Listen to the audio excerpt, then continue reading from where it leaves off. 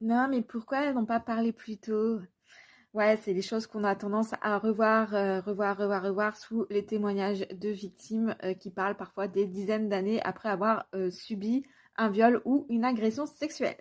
Donc, on va refaire le point là-dessus. Pourquoi beaucoup de victimes mettent du temps à parler?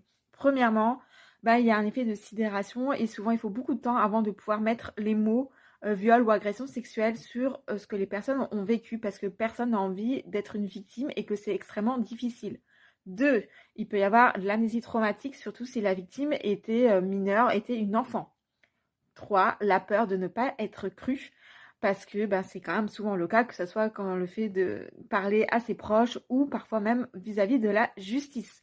Donc ce sont trois choses qui peuvent expliquer pourquoi certaines victimes peuvent mettre des dizaines et des dizaines d'années à parler, parce qu'en fait porter plainte ça reste un parcours du combattant, parce que dans la société la parole des victimes continue à être remise en question et que ça reste très compliqué financièrement, psychologiquement, énergiquement et pour plein d'autres raisons. Voilà.